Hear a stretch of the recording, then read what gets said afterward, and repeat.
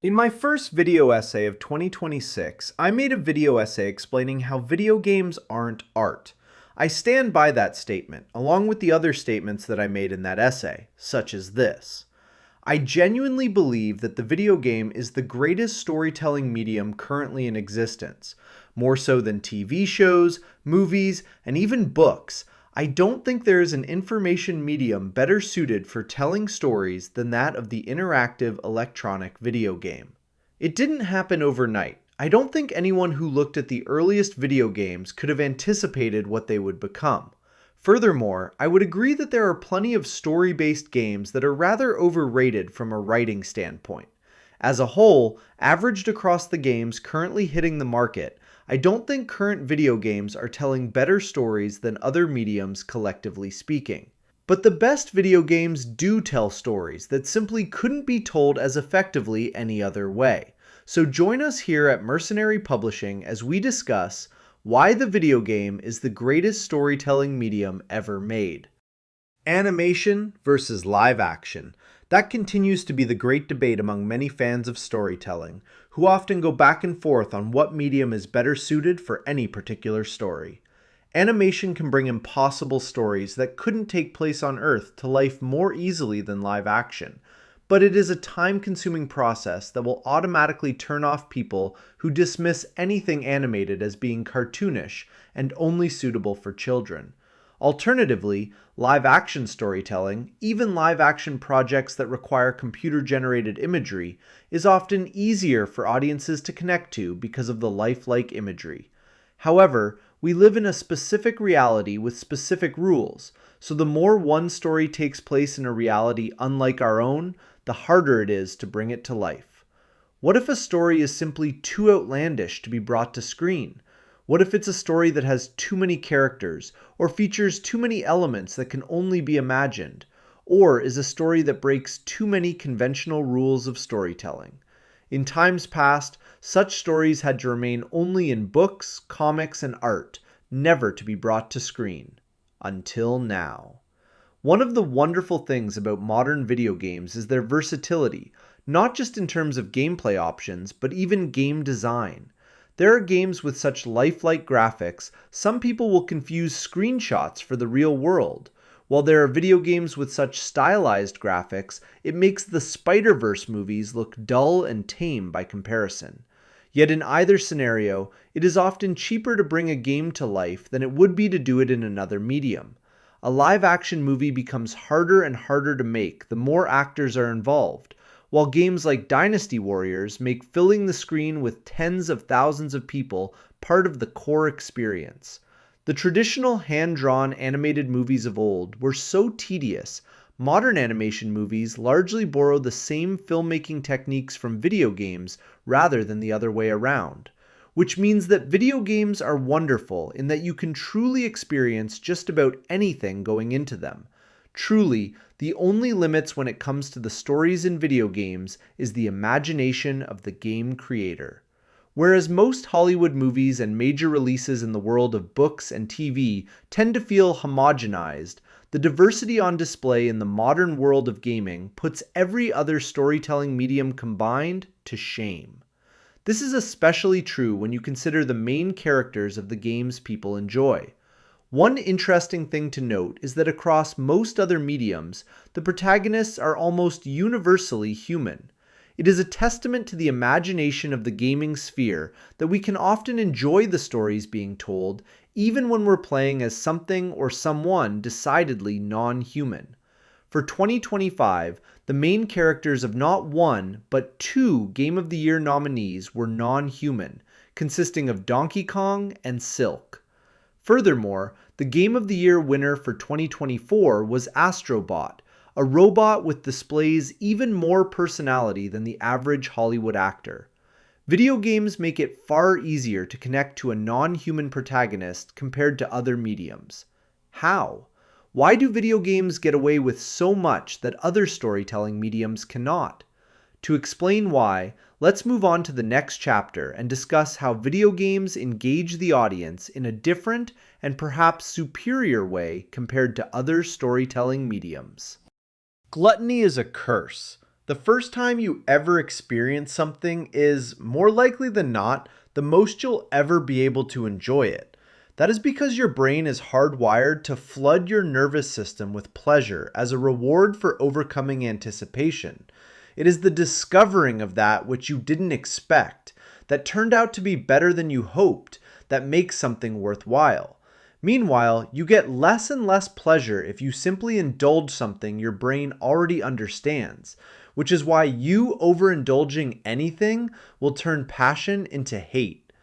One big problem with the modern media audience is that we are all gluttons for storytelling. We all have instant access to nearly any book, movie, TV show, or story that we could ever want to enjoy. Gone are the days in which our ability to enjoy certain stories were dictated entirely by factors outside of our control. Watching a movie at home isn't as exciting as going to the theater. Buying a book from my phone and reading it wherever you want isn't as enjoyable as begging your mom to take you to the store, your mind already imagining plot lines during the long car ride together. But it isn't just demand that has been ruined. Because we consume so many stories, the usual plot twists and story conventions that would have excited the average person in times past are now predictable and rote. Finding out the main villain is the hero's father was mind-blowing in the 80s, but earns nothing more than a Darth Vader joke in modernity. The audience's ability to predict key plot beats became so pervasive, subverting expectations became a common goal for stories the past couple decades. But now, audiences are even sick of those kinds of stories. Worst of all, we also now have to deal with the era of TikTok storytelling.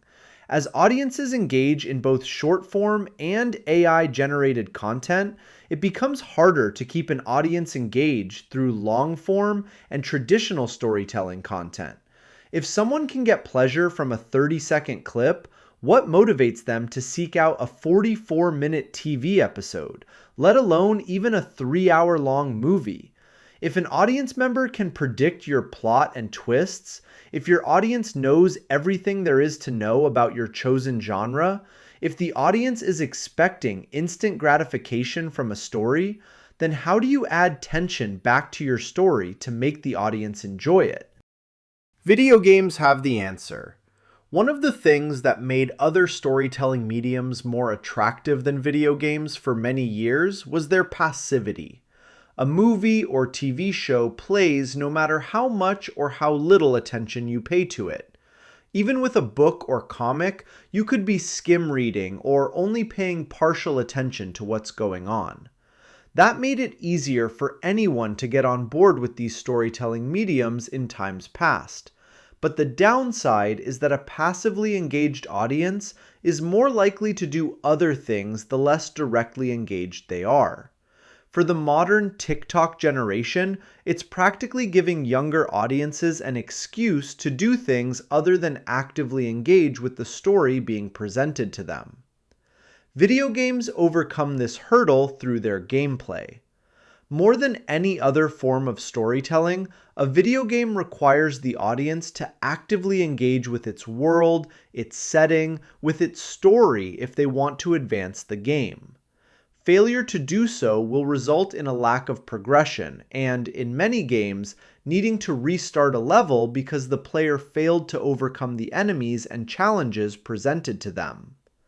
A person is very tempted to pause a movie or show or put down a book when they get a message or some other kind of notification on their phone.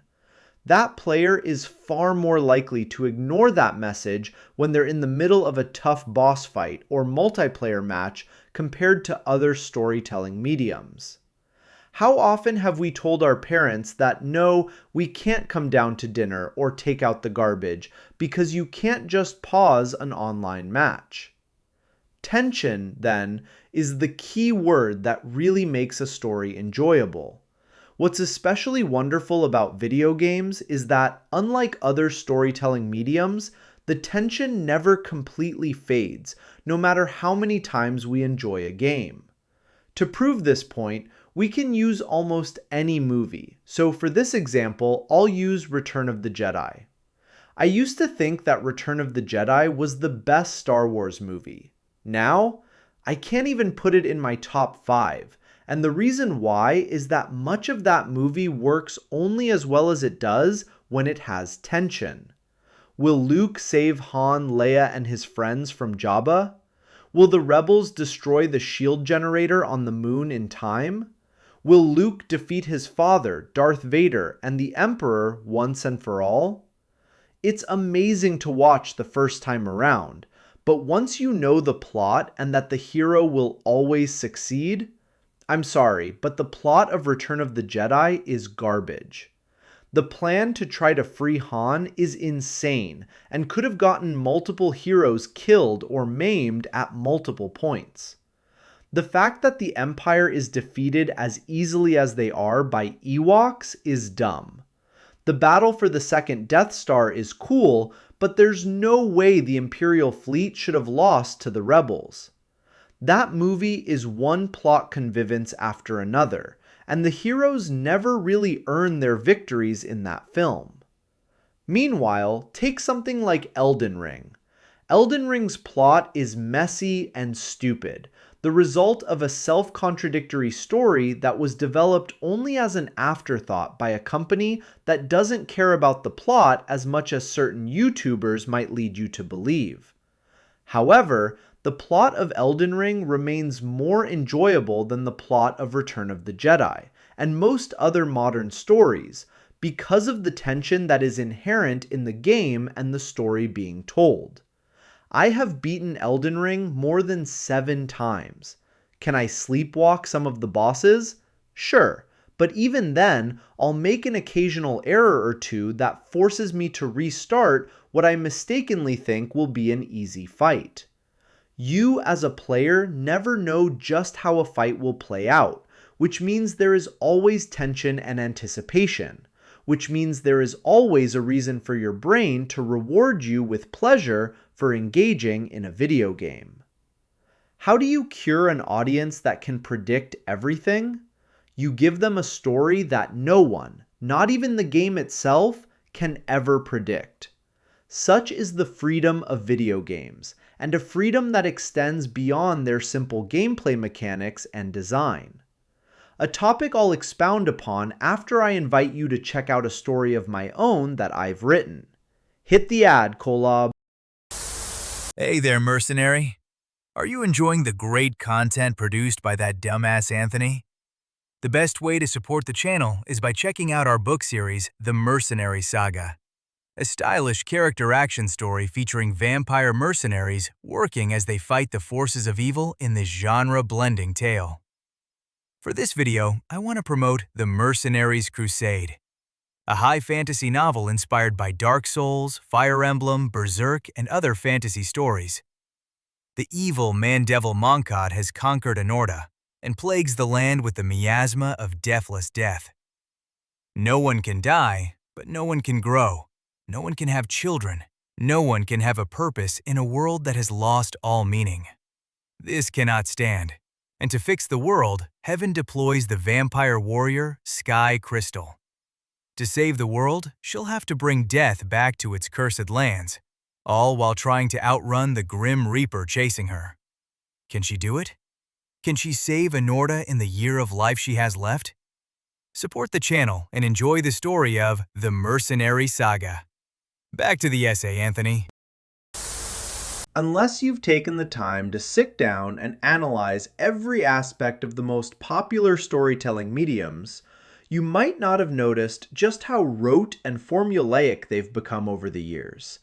In fact, it used to be an even bigger problem just a couple of decades ago, though the advent of digital streaming platforms and self-distributed content has brought some creative freedom back into other forms of storytelling.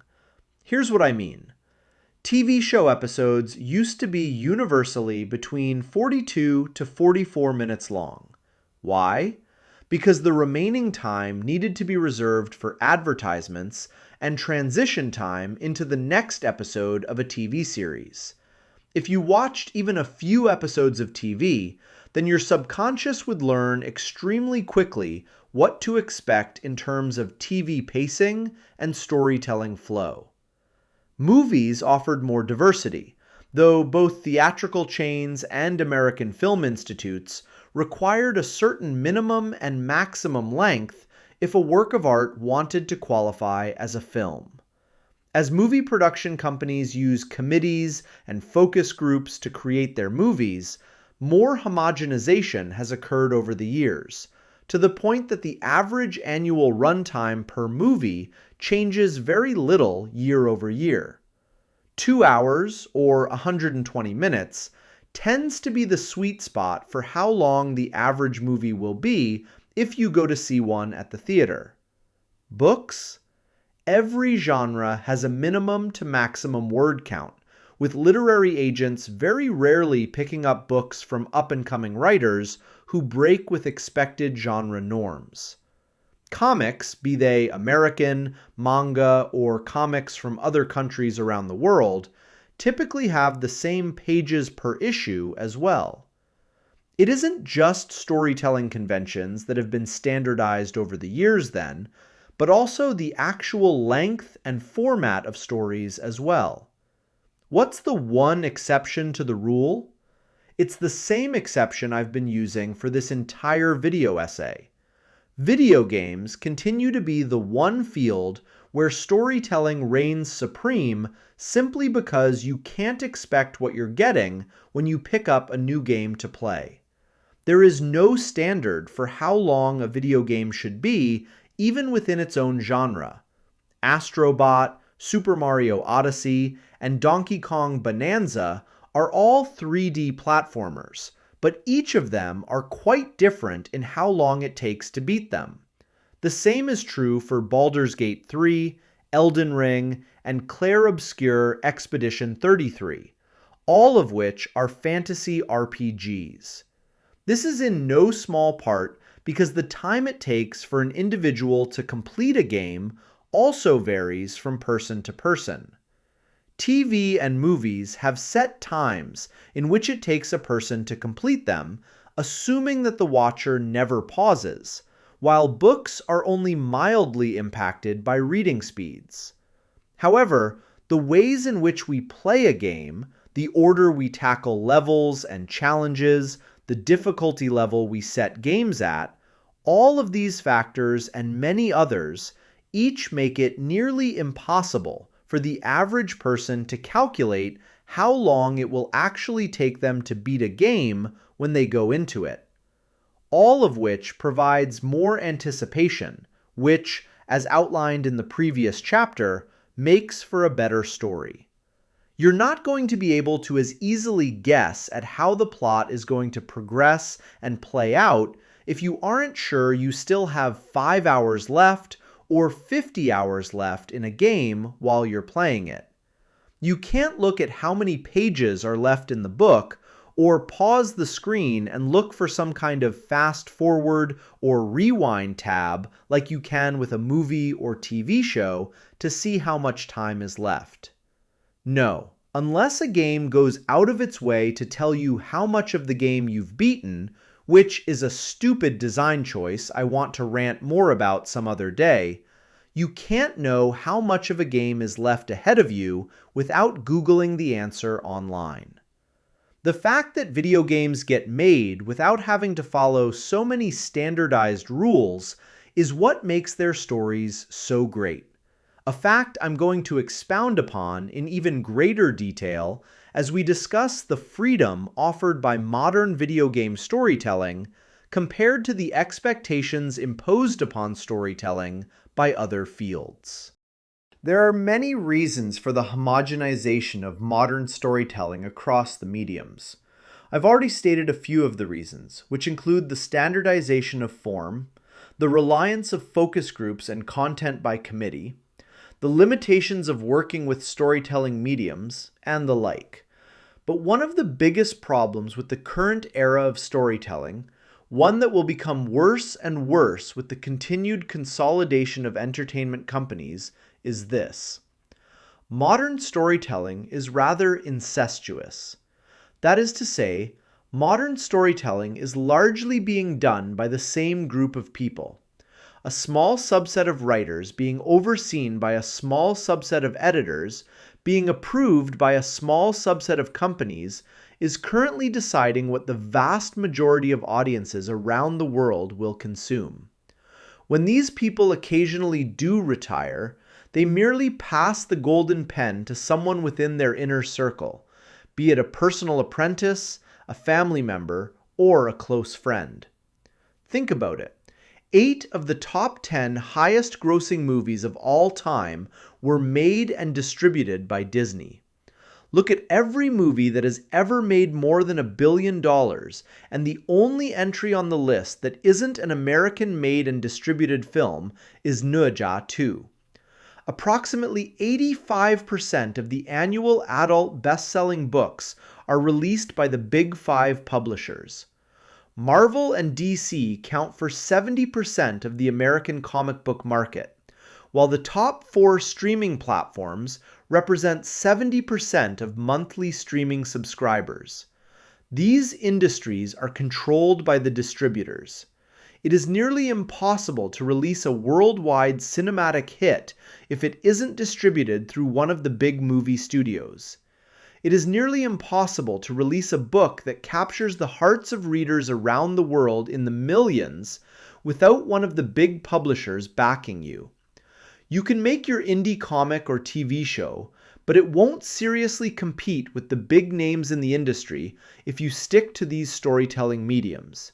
But you can't release your story for a global audience unless you compromise and submit to the so-called artistic vision of your distributor.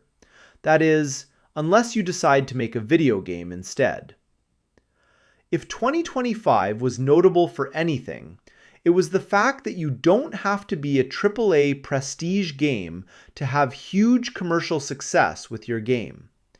This was especially true for the PC platform, where indie games truly shine.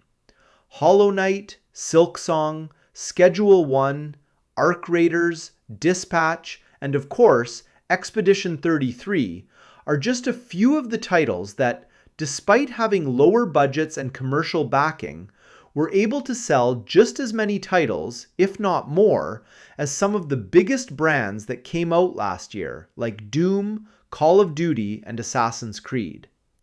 The video game industry may try to funnel you into one of the major platforms, but unlike other industries, there isn't a one-to-one between the producers and distributors. Sony's best-selling games on their platform are rarely their own games. Microsoft makes more games than ever, but has to release those games on other platforms to survive. Nintendo first-party games are still the main draw of the system, but they are making a concentrated effort to emphasize third-party games on their system. Even Steam, the juggernaut distributor of the PC space, is notable in how few first-party games it releases despite its immense popularity. The less control the distributors have over the products sold on their platform, the more diversity and freedom you can expect in the stories being sold to you. Another reason among many why storytelling in the video game world is so great right now. So it's a real shame that while storytelling in video gaming is better than ever, criticism for storytelling in video games remains incredibly lackluster. Storytelling has never been better in the video game space. Those who wish to tell stories in the video game medium are no longer restricted by hardware limitations. With video games a widely popular and socially accepted form of entertainment, more and more people are willing to use the medium to tell their stories than ever before. What then is holding storytelling back in the video game medium? It is no longer the producers, but rather the consumers of the medium. Storytelling grows not only with those who tell stories, but those who listen to them. As an audience demands more and more complex storytelling, so too does the storytelling medium adapt to meet audience demands. As audiences get better and better at understanding what is being done in a storytelling medium, so too must storytellers adapt so they might surprise and delight their audience. The problem is, I fear that video games have grown faster and more complex than it should have, leading to the many problems we see in the video game criticism space today. In academia and journalism, there are valuable commentaries to be found on any great book, movie, and even TV show. Literature is worth studying, and the greatest commentators among us are able to break down why the greatest works of art continue to be embraced by generation after generation. Each new generation of critic and analyst provides a commentary that builds upon the work of those who came before, which in turn leads to an established canon of the greatest works that any so-called book or film fan should be aware of if they want to be considered a respectable critic in their respective space. However, there is an element of time that is needed that makes stories valuable and worth pursuing. I mentioned this in my criticism of Undertale, but one reason why it's hard to compare video games against other mediums when it comes to stories is because there really hasn't been that many games that have overcome the test of time just yet. I can name books from several hundred years ago that are still beloved by millions of people today. I can name movies from 50 to almost 100 years ago that are still considered some of the greatest movies ever made. Video games are a weird medium because of how much they change, and the reasons why someone might love a video game from 20, let alone 10 years ago, might feel antiquated today. Many people love the Ocarina of Time, calling it their favorite Zelda, but no serious fan of storytelling will say it has a better plot than Twilight Princess or Skyward Sword. Final Fantasy VII is my favorite Final Fantasy game, but I do think from a storytelling experience, the remake trilogy has been blowing the original out of the water. 10 years ago, Uncharted 4 won Best Narrative, and while it has a great story, is anyone ever going to write their college thesis discussing the themes and story elements of that game like they do for any Pulitzer Prize-winning novel or Oscar winner for Best Screenplay? Instead, most of the criticism we get nowadays is rather rudimentary or, disappointingly, politically and culturally charged. While I think there is a space for every perspective in the field of criticism, the vast majority of video game storytelling breakdowns shouldn't boil down to whether something is pro-LGBT or anti-woke, how the main story is just another secret criticism of capitalism or the government, and the like. It's a bit of a chicken and the egg, unfortunately. Until video game criticism is taken more seriously, I don't see how storytelling in video games can continue to evolve and attract as much interest as other storytelling mediums. But without that level of interest and genuine criticism from academics and genuine video game journalists, I don't think there is proper motivation for video game storytellers to improve their craft in any significant and meaningful way. For what it's worth, I do think the world of online criticism found on YouTube and Patreon helps, but it isn't enough. For video game storytelling to continue to evolve, we need more people to take video game stories more seriously. That starts with journalists, but that is a can of worms we'll discuss in greater detail some other day.